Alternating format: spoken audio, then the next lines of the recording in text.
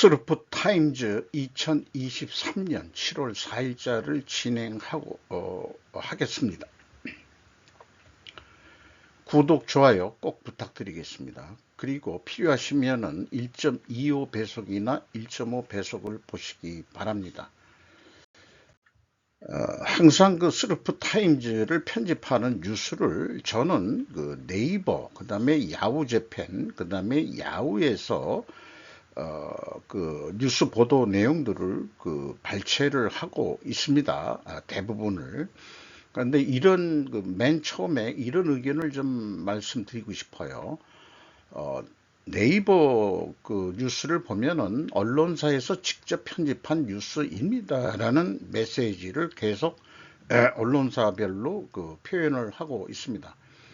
야후 재팬을 네이버와 손정희의 소프트뱅크가 50대 50으로 합작해서 운영하고 있다고 제가 알고 있는데 동일한 스탠스를 취하는 것이 더 객관성이 있는 것 아닐까, 이런 생각을 해보고요.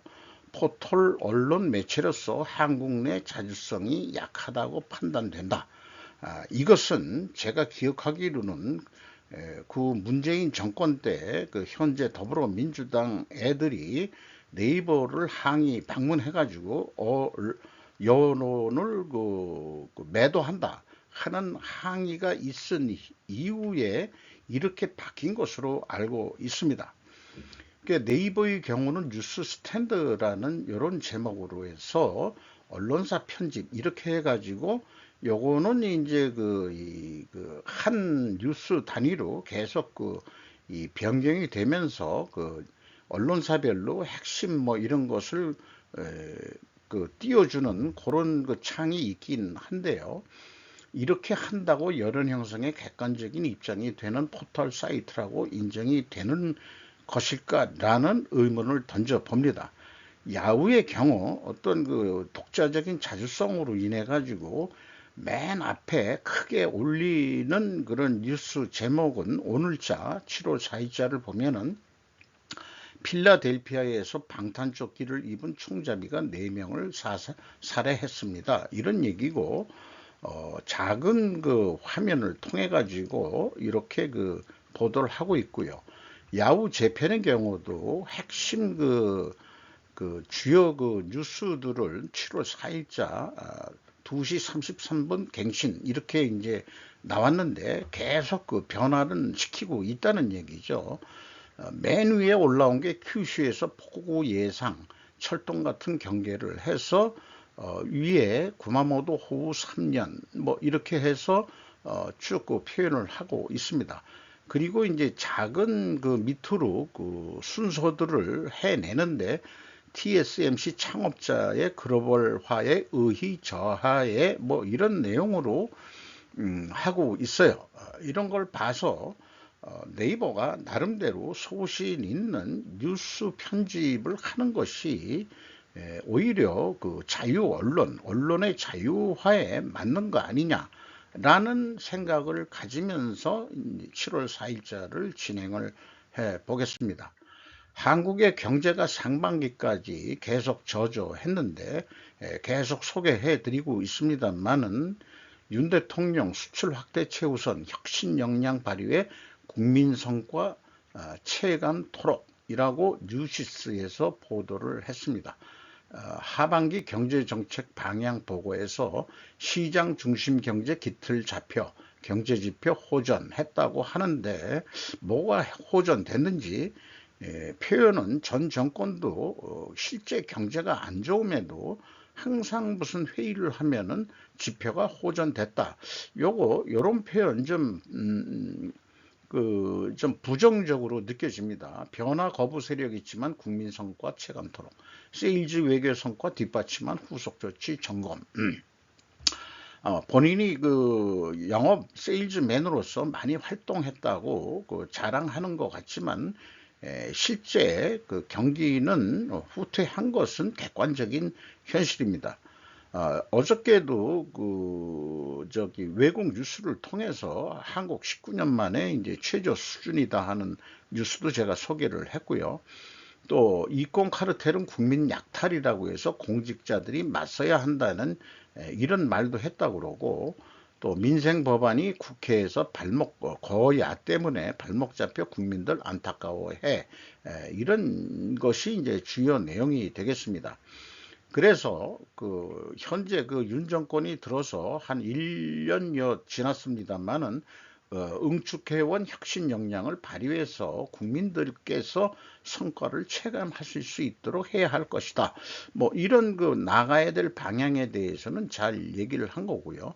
경제 지표 호전은 건전지정으로의 전환, 법인세 인하, 실제 지금 법인세가 인하가 안 된 것 같은데, 부동산 시장 정상화 등 민간주도 시장 중심이라는 윤 정부의 경제 정책에 기인한다고 강조했습니다.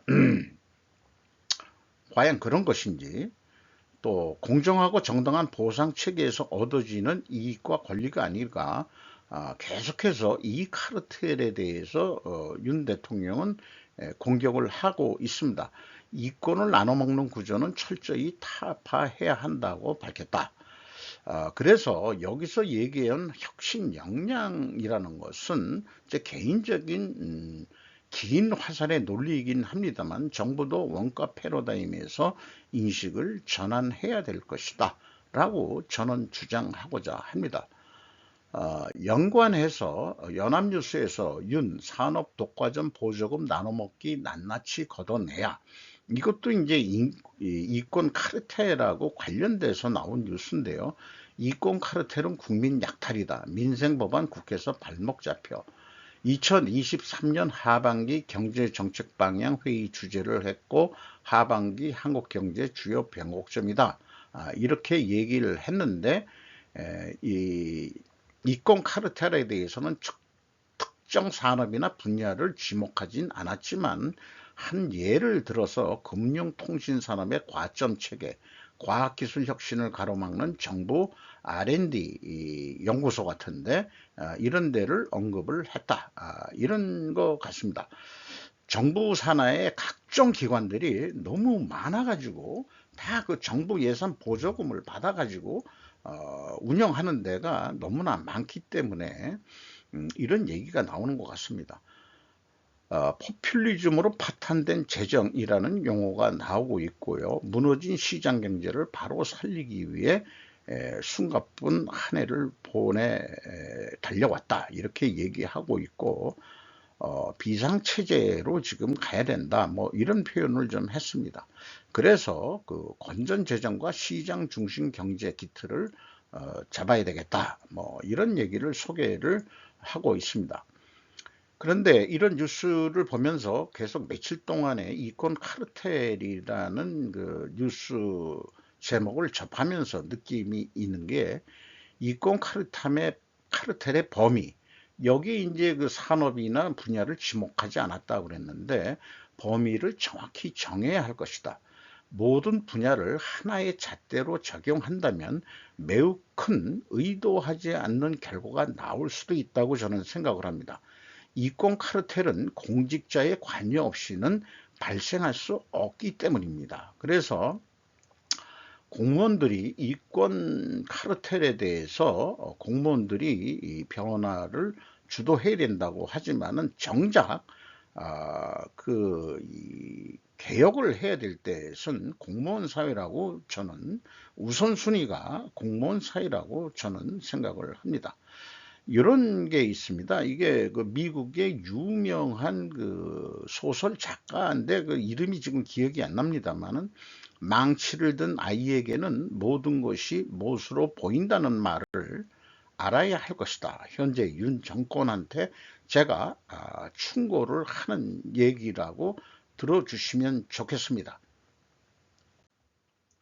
부조리 척결, 인적 쇄신, 예산 줄여라, 윤 대통령 신임 3차관의 3대 특명, 뉴시스에서 보도를 했는데, 일본이 우린 반카르텔 정부다, 가차없이 싸워달라. 그래서 아까 그 앞장에서도 얘기했지만 공무원부터 가차없이 제거해 나가라라고 저는 요구를 하고자 합니다. 사람 평가가 중요한 능력자 위주로 재포진, 대통령 팔아서라도 불효불급 예산 줄여야. 재정이 요즘 안 좋으니까 또 7, 8월 달쯤에선 장차관 워크숍을 통해서 추가 인선을 예고했다.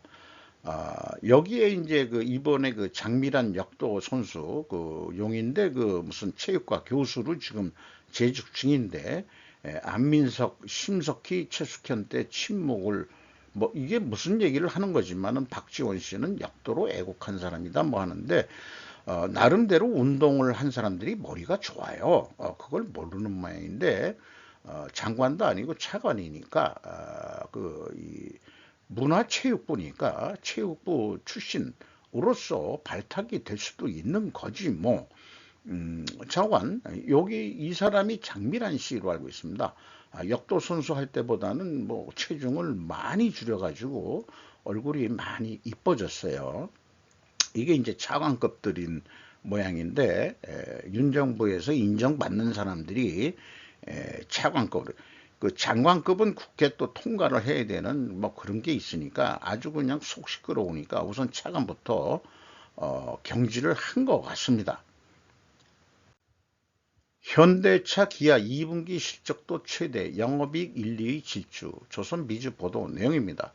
스포츠 유틸리티카 SUV하고 친환경차 등 수익성이 높은 제품 판매가 주요했다는 분석이다. 이렇게 얘기를 나와 있습니다. 이 현대 기아의 혁신 역량은 제 생각입니다만은 코스트 패러다임에서 스루풋 패러다임으로 인식 전환을 하고 있는 중으로 저는 해석하고 있습니다. 관련된 분들하고 또 대화할 기회가 있었기 때문에 또 그런 생각도 지금 가지고 있습니다. 한국 상반기 수출 EU와 중동이 막히다. 1등 공시는 자동차 기계. 중앙일보 일본어판인데요. 상반기에 먹구름이 낀 수출 전선이 유럽연합과 중동이 주요 기둥의 역할을 한 것으로 나타났다. 이들 지역 수출 호조를 이끈 1등 공시는 자동차 일반 기계였다. 하반기 전망도 나쁜 것은 아니지만 변수를 지켜봐야 한다는 분석이 나온다라고 얘기를 했습니다. 뭐 폴란드 수출이라든지 이런 등등으로 해서 우리가 중국 의존도 수출에서 수출 다변화 쪽으로 생존 전략을 가야 된다 하는 것은 민간들이 정부가 얘기하기 전에 미리 알아서 그렇게 생존 전략으로서 하고 있다. 저는 그렇게 해석을 합니다. 또 포스코는 2030년까지 930억 달러의 투자를 계획했다고 로이터에서 보도를 했는데, 포스코 홀딩스가 이끄는 한국의 철강 및 재료 대기업인 포스코 그룹은 철강, 배터리 재료, 수소와 같은 핵심 사업의 성장을 위해 2030년까지 121조 원을 투자할 계획이라고 월요일에 발표했습니다. 그리고 33만 개의 일자리를 창출하겠다 하는 거고요. 감사한 일이고, 이 투자 금액의 60%는 해외에 투자하는 게 아니고 국내에 투자하겠다는 거 매우 바람직한 얘기라고 생각이 됩니다. 그리고 또 지난달 5월 달일 거예요. 이게 아니 6월 달인가요? GM과 포스코 퓨처 M이 캐나다의 화학 배터리 소재 공장을 생산 능력을 확장하여 총 투자액 10억 달러 이상을 늘릴 것이라고 또 보도된 바도 있습니다. 그리고 어떻게든지 현재 2030년까지 탄소 배출량을 10% 감축하는 등 2050년까지 순제로화 한다는 계획도 발표했다. 이렇게 소개를 하고 있는데요. 참고적으로 현재 외국인 지분율이 37.67%인데 제가 2021년 말 분석했던 통계 자료를 가지고 있는 거는 그때 거의 50%까지 돼 있었습니다. 이 정도 규모면은 분명히 포스코 경영 방향에 영향력을 행사했다 이렇게 봐지는데, 어느 정도 영향력이 행사가 됐는 듯 해서 그런지는 모르지만은 외국인 지분율이 많이 빠져나갔습니다. 약 12%가 외국인 지분율이 빠졌습니다. 2022년 말에 이 네이버 증권 뉴스에서 보이는 회사로는 골드만 등이 보였는데 어떤 외국계 자본들이 아마 영미 계열이 많이들 가지고 있는 것으로 그렇게 알고 있습니다. 경영에 영향력을 행사하고 있다. 행동주의 펀드들이다. 이렇게 볼 수 있지 않겠냐 싶습니다. 의미 있는 뉴스가 하나 나왔습니다. 텔레그래프에서 우리가 알고 있는 자본주의는 실패했습니다. 토리당조차도 그것을 옹호할 수 없습니다. 영국의 최초로 나타난 보수 정당인데 토리당조차도 자본주의 실패했다는 것에 대해서 아니다라고 옹호할 수는 없다. 그런 뜻의 제목으로 해석이 됩니다. 딕 티모시라는 기자가 쓴 건데 마이클 린드의 훌륭한 신간인 헬 투 페이에서 자세히 다루어지고 있는 내용으로 이 책은 임금의 억압이 미국의 경제적, 사회적, 정치적 위기를 어떻게 이끌고 있는지에 대한 내용을 책을 썼다. 그런 얘기고요. 우리가 마땅히 받아야 할 보수를 받고 중숙련되고 중숙련된 숙련도가 높다는 얘기겠죠. 일자리의 감소는 단순히 우리가 살고 있는 첨단 기술의 세계화된 경제를 반영한다는 생각은 자유시장 이론에서 비롯됐지만 하지만 그것은 완전히 말도 안 되는 소리라고 저자는 주장했다는 거죠. 그래서 부익부 빈익빈으로서 서구의 경제 엘리트들이 더 부유해지고 상대적으로 아시아의 수백만 명의 빈곤에서 벗어날 수 있게 한 세계화 모델이 있는데 이제 세계화 모델이 지금 힘을 잃고 있죠. 그러나 이는 또한 세계화 모델이 작동되는 과정 속에서는 서구 노동자들의 이익을 가차없이 그리고 점점 더 중산층의 이익을 손상시켰다 하는 것은 맞는 얘기 같습니다. 그런데도 불구하고 유럽이 영국과 미국보다 덜 불평등한 이유는 임금 자체가 더 평등하기 때문입니다. 그래서 EU 국가는 사회민주주의라고 표현을 하고 있죠. 영미하고는 조금 좀 다른 것으로 이렇게 이제 표현이 되고 있습니다. 이 텔레그래프 자체가 영국 언론 매체로 되어 있습니다. 인용은 미국의 신간을 소개를 하고 있습니다만은 여기에 나온 대로 하지만 임금만이 자본주의가 위기에 처한 유일한 방법은 아니다 하면서 또 영국의 통화 정책을 좀 공격을 했는데 자산 가격을 부풀렸고 좀비 기업들을 유지를 시키고 망해야 될 건 망하게 놔뒀어야 되는데 기업들에 대한 은행 대출을 또 막고 경제를 통한 돈의 유통을 또 느리게 했다. 이런 것도 영국의 경제에 문제가 있었다. 정부와 국가는 값싼 신용에 중독되었고 우리는 음악이 마침내 멈췄습니다라고 자주 섞인 그런 뉴스 보도를 내고 있네요. 그래서 그런지 이게 영국 런던의 빌딩인 것 같습니다만은 아무런 현재의 영국 경제를 상징하는 듯한 그런 사진을 게재를 했습니다. 연이어서 그것은 더 적은 돈을 가진 가구에 피해를 주고 더 많은 돈을 가진 사람들을 돕고 젊은 사람들이 부동산 사다리에 오르는 것을 더 어렵게 만드는 퇴행적인 것이었다. 그동안의 통화 정책이 우리나라도 그렇죠. 현재 젊은 사람들이 주택을 구입하기가 매우 어렵게 되어 있습니다. 신분 사회가 고착화되어 가고 있던 그런 기분도 들고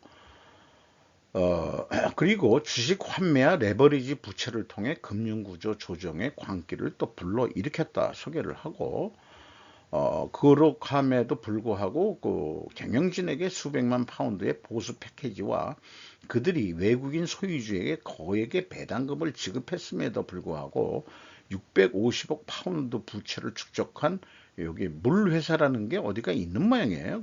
요즘 물이 또 중요한 모양인데 이런 부끄러운 얘기가 있다. 그러니까 외국인 투자자들한테 이익 배당도 왕창 하면서 이 부채, 이자 부채를 많이 갚지를 않았다 하는 그런 거. 그러니까 이 주주들의 이 말하자면은 이해관계만 너무 치중했던 거, 이런 거로 표현을 하는 것 같습니다. 그러나 우리의 삐걱거리는 인프라를 현대화하는 데는 실패했습니다라는 내용도 있고요.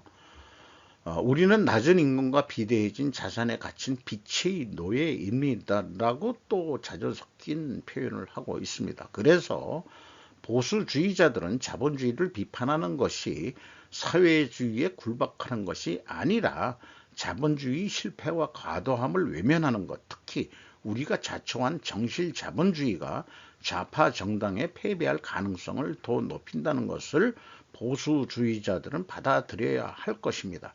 이것의 반면 교사로서 한국 현재 보수 정권이 윤 정권이 우리나라의 보수와 진보가 과연 구분이 되는 것인지 아닌 것인지 헷갈리기 시작하고 있습니다만은 어쨌든 이 좌파 정당이 다시 정권을 잡는 것은 불합리하다. 아까 EU 얘기를 했습니다만은 EU는 자본 민주주의를 하면서도 사회주의 성격이 상당히 많이 들어가 있는 데거든요.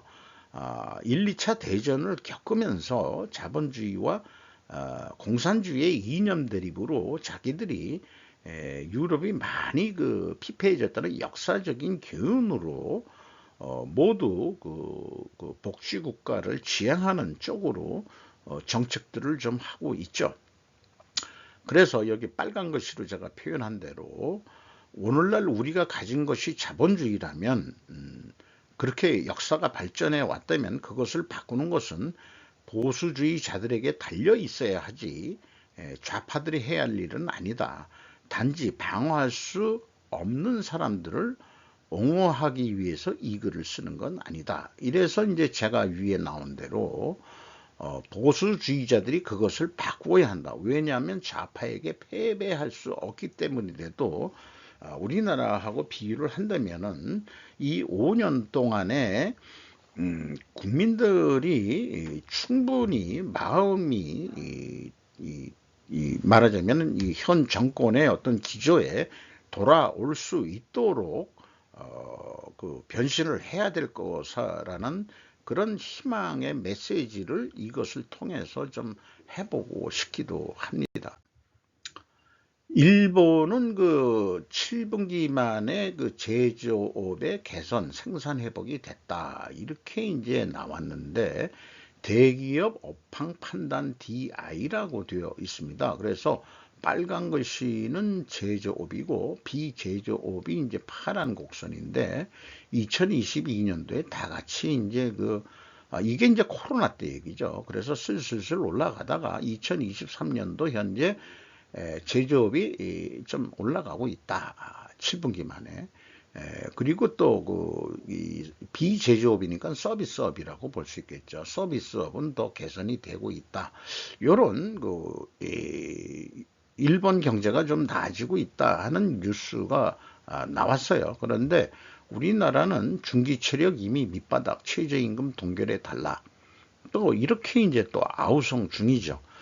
자, 물가는 올랐는데 이 최저임금 안 올릴 수는 없을 거고, 그래서 제 개인적인 생각입니다만은 현재 획일적인 9,620원의 최저임금에서 평균 10,000원이 어떨까 이렇게 제안을 해보고 싶어요.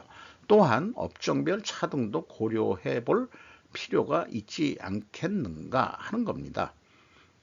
서비스업하고 제조업에서 일하는 거하고는 노동 강도가 틀릴 수 있기 때문이죠.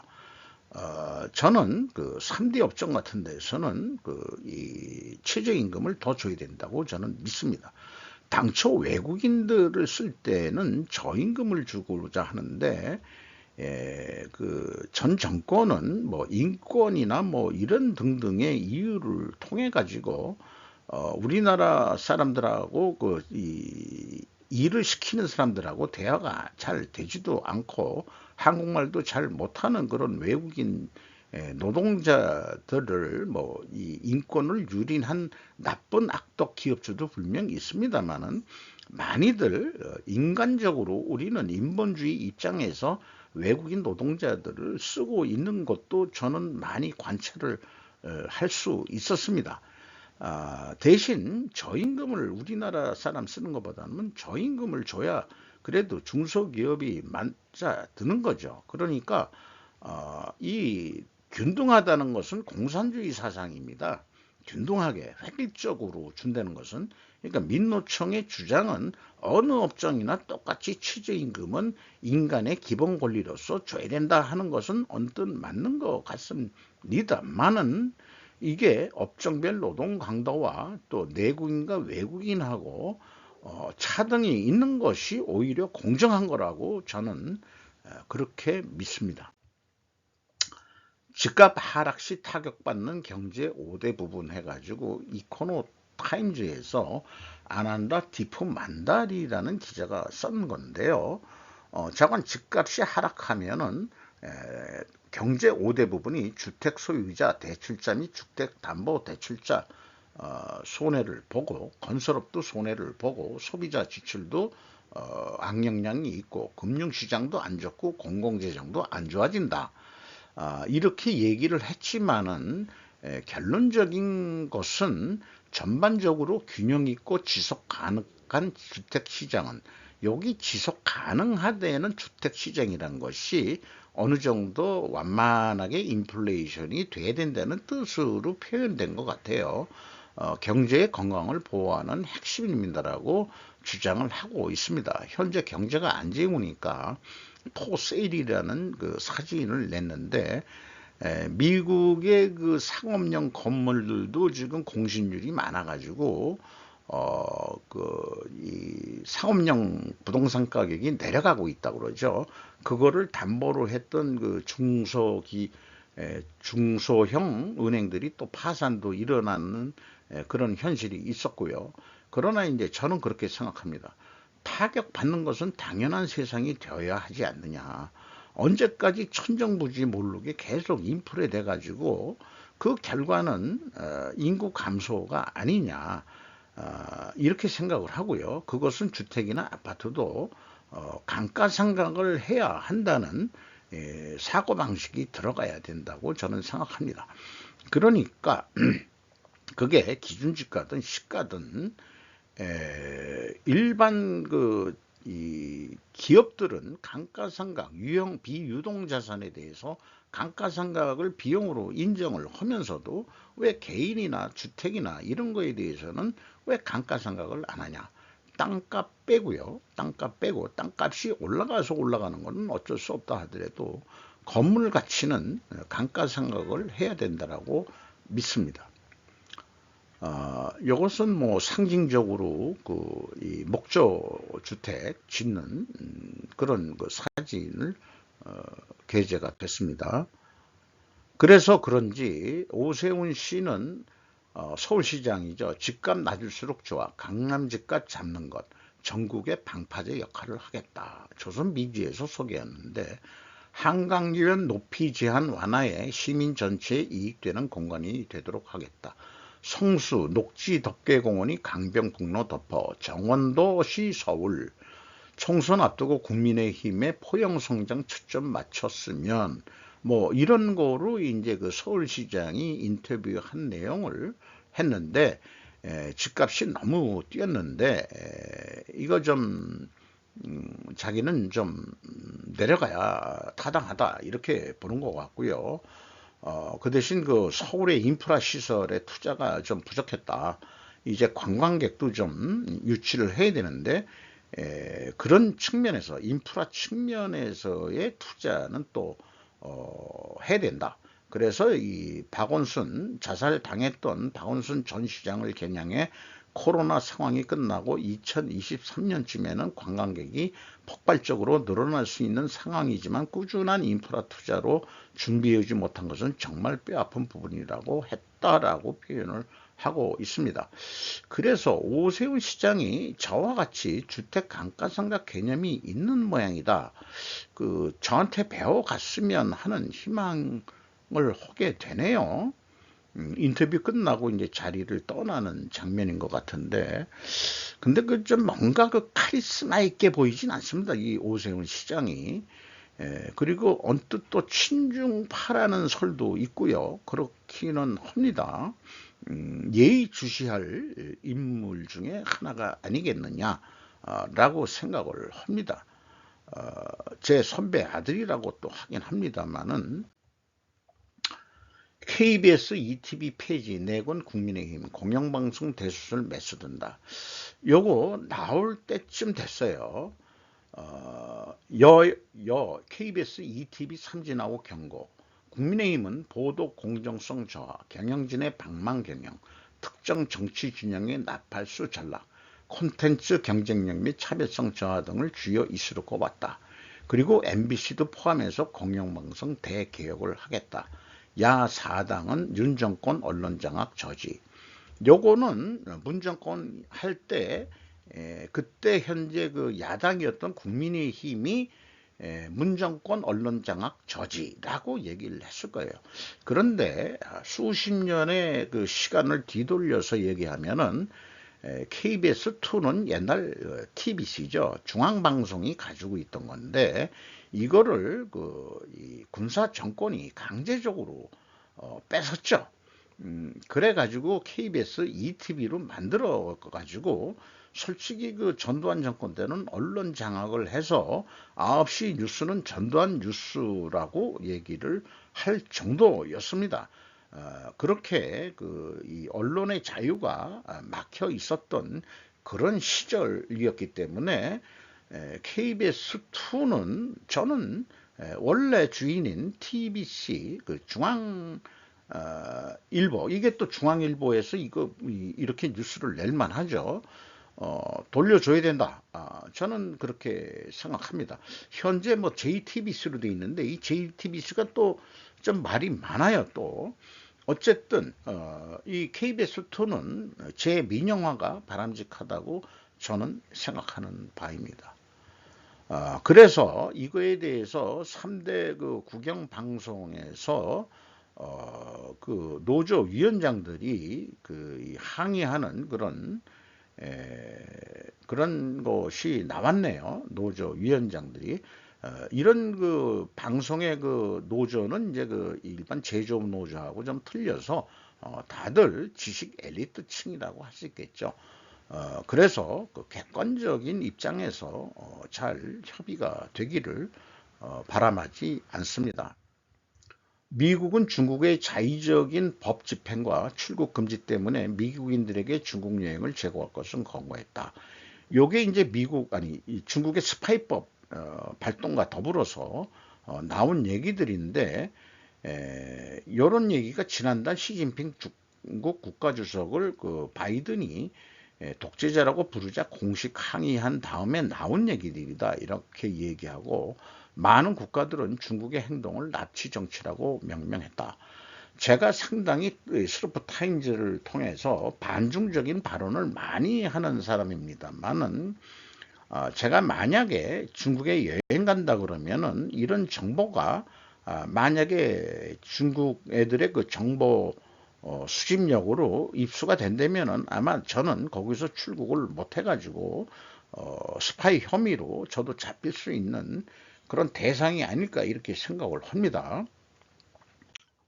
우리나라 뉴스에서는 못 봤는데 ABC 뉴스에서 로봇이 서울에서 오케스트라를 지휘하게 무대에 섭니다라는 거로 해서 우리나라 국악을 이렇게 로봇이 지휘하는 그런 뉴스가 나왔네요.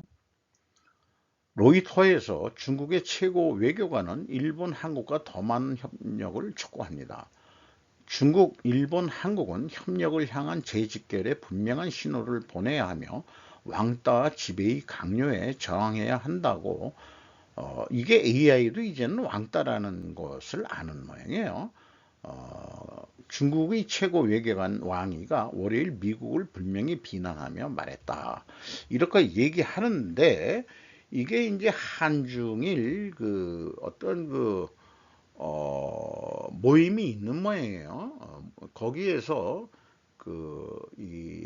말하자면 회의를 열었는데 한국의 그 외교부 장관하고 일본의 외교부 장관은 비디오를 통해서 이제 이 행사에 참여해서 연설을 했으니까 중국에서 열면서 결국은 자기 할 말 하고서 야 미국하고 너무 뭐 밀접하게 지내지 말라고 뭐 이런 얘기죠 결론은.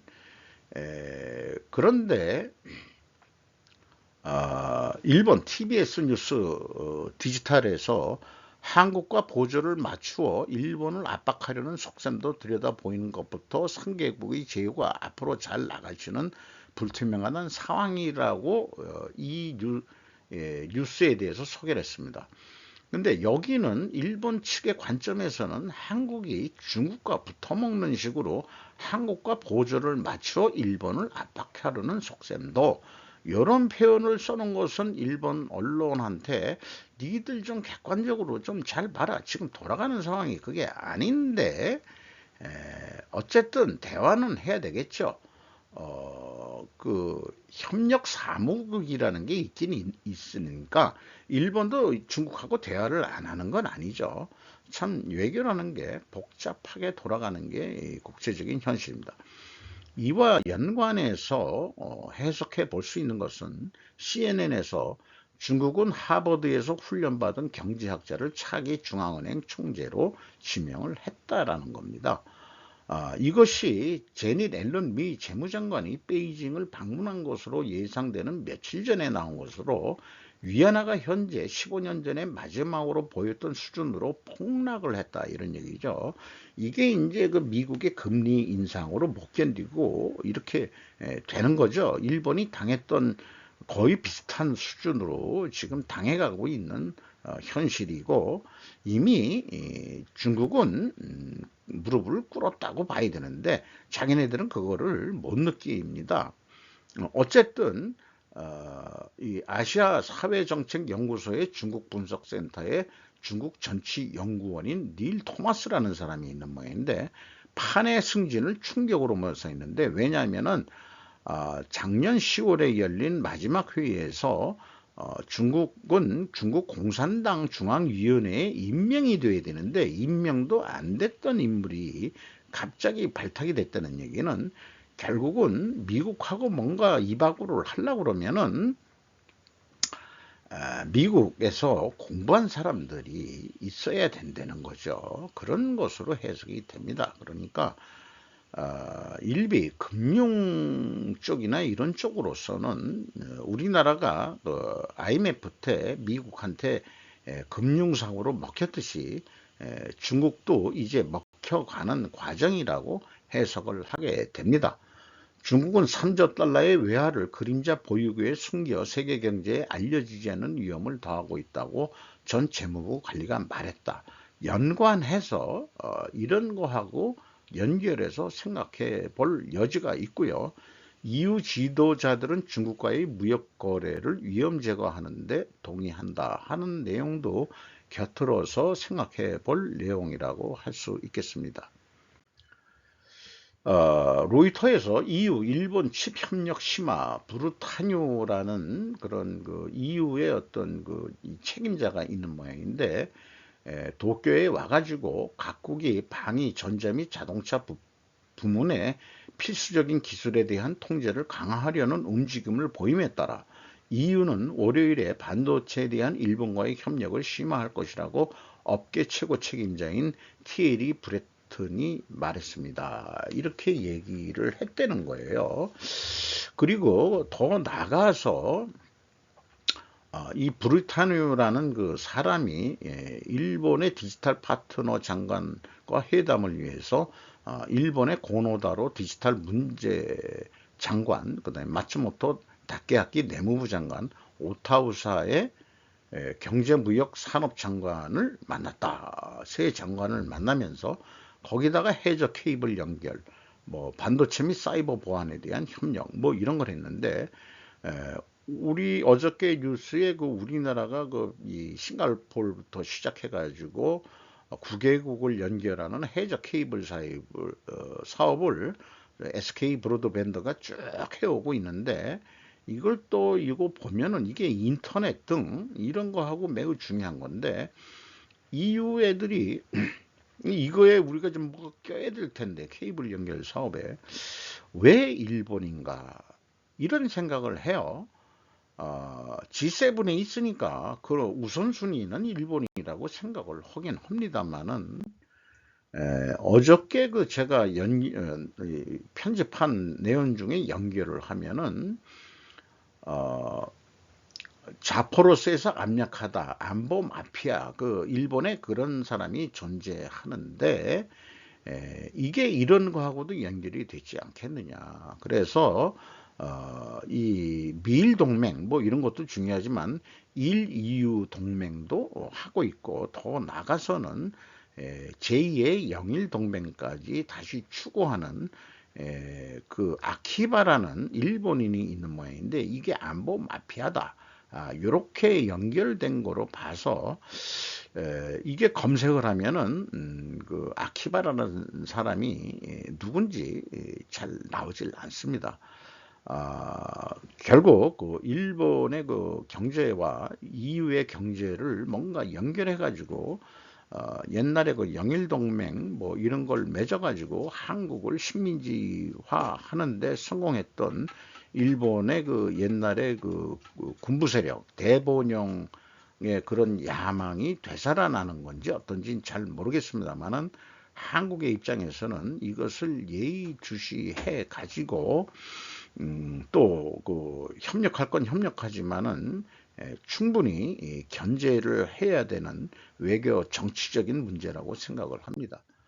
후쿠시마 괴담은 과학 아닌 사회 문제, 객관적 증거 제시하되 국민 정서 고려해야 라고 이완영 과학 전문 기자가 이 과학 커뮤니케이션의 대가 이덕환 서강대 명예고수와의 대담 내용을 소개를 했습니다.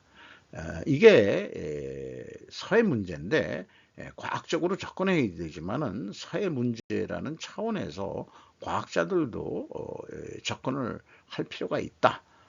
그리고 이 사람은 옛날에 그 문재인 정부의 탈원전 정책에 맞서기도 했다는 사람이에요. 그래서 그 주요 내용을, 인터뷰한 주요 내용을 이렇게 얘기를 했고, 어떻게 하면 사회적 갈등을 일으키지 않고 합의에 이르도록 할 수 있냐. 이게 참 그 사회적 갈등이라는 게 참 지금 어려운 얘기인데, 뭐 이런 표현들을 좀 했습니다. 비유는 이렇습니다. 120호는 400명이 쓰는 수돗물에 해당하는데, 태평양 앞에 100가구가 사는 아파트를 세워두고 거기서 나오는 하수 처리해버리는 정도다. 그러니까 사실상은 미미한데, 이게 또 사회적 문제이기 때문에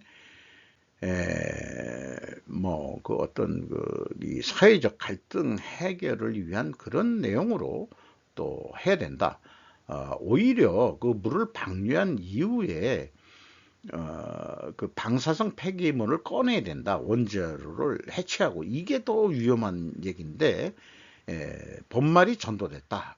이랬기 때문에 제대로 그 위험도를 얘기를 했어야 된다. 이런 얘기를 좀 하고 싶은 거죠. 아직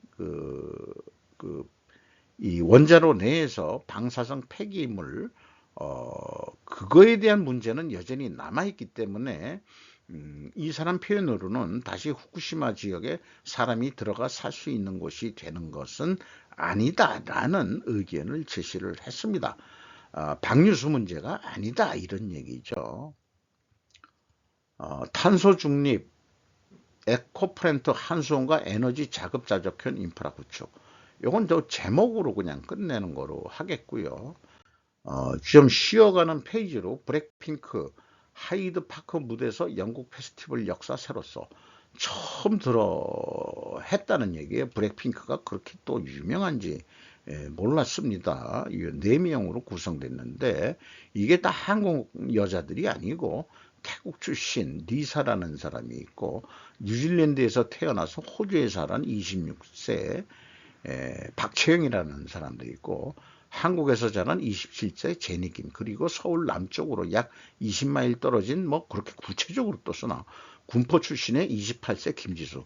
이제는 그 소녀가 아니냐, 이제 오래돼 가지고 이제 30대들이 조만간 있으면 되는데 30 되기 전에 30 넘어서도 활동할 수 있으려는지 모르겠지만은 참으로 이 대단한 것 같습니다.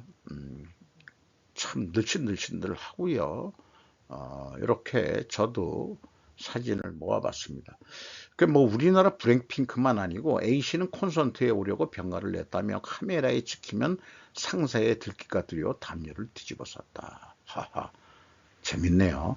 이 테일러라는 가수가 참 저는 누군지 모르겠습니다만은 3월부터 진행한 더 에라스 투어로 13억 달러, 1조 700원 이상의 수익을 낼 것으로 예상되고 있다. 이 담요를 뒤집어 쓴 사람이 11살짜리 아이를 데리고 공연에 왔기 때문에 이번 공연은 거의 딸을 위한 것이라고 얘기했지만은 병가를 냈기 때문에 만약에 어디 찍히기로 하다면은 자기는 아주 입장 곤란하니까 담요를 썼다. 러시아의 시간이 거의 다 되었습니다. 이건 제목으로 암시하는 것으로도 충분할 것 같습니다. 중국이 구조에 나설 가능성은 낮아 보인다. 미중 전쟁 속에서 러시아를 적극적으로 했다가는 이거는 중국도 안 좋을 상황이니까 이런 표현을 하고 있습니다. 자, 그 푸틴이 색안경 선글라스 끄고 하고 있는 거고요. 홋카이도에서 토시 매수가 반복되고 있다. 일본의 국토가 위험한 경악의 이유 해가지고 홋카이도에 뭔가 그 땅을 사는 사람들이 다 중국 자본과 연결이 돼 있다 그런 얘기예요. 그래서 그 이 최북단에 여기에 그 자위대 그 항공 자위대가 있는데 이런 가까운데 왜 이런 거를 하는지 모르겠다 이런 얘기예요. 사실상 이런 뭐 풍력 발전한다 뭐 이런 걸 하면서 스파이 활동 아니냐라는 그런 거를 얘기하고 있는 거고요. 그래서 그 풍력 발전 이런 게 들어오고 하면은 그 사람들이 시끄럽고 그러니까 인구 유출이 일어난다. 지방 생성에 역행하고 있다고밖에 안 보인다. 그리고 이번에는 변전소까지 뭐 한다. 그러니까 발전하고 하면은 변전 스테이션이라는 것도 최근 요구사항으로 들어왔는데 이것이 또 상하이 전력과 이미 연계 사업을 그러니까 이제 일본 내에서도 친중 세력들이 있는 거죠. 그래서 홋카이도 삿포로에서 그 멀지 않는 곳에 이런 그 또 그 변전 스테이션 이런 게 또 들어온다. 이렇게 되어 있습니다. 이걸 보니까 한국에서 중국 자본이 매입한 토지의 실태는 어떠한가? 국토해양부에서 그 아파트 투기 뭐 이런 거 말고 중국 자본에 의해서 그 한 대는 아마 제주도 그 해공기지 주변을 중국 자본이 샀다는 설도 있고요. 뭐 그런 것도 있는데 국토해양부에서 이거는 어떤 개인이 그 쓴 거 아니에요. 이걸 그 우리나라에서도 중국 자본이 매입한 그 한국 내 토지가 어디냐. 그러니까 그 춘천 그 중도 그거를 차이나타운 만들겠다고 했던 그 강원지사 이런 애들은 완전 그 친중 매국노라고 봐야 되겠죠. 그렇게 생각이 됩니다. 이상 마치도록 하겠습니다.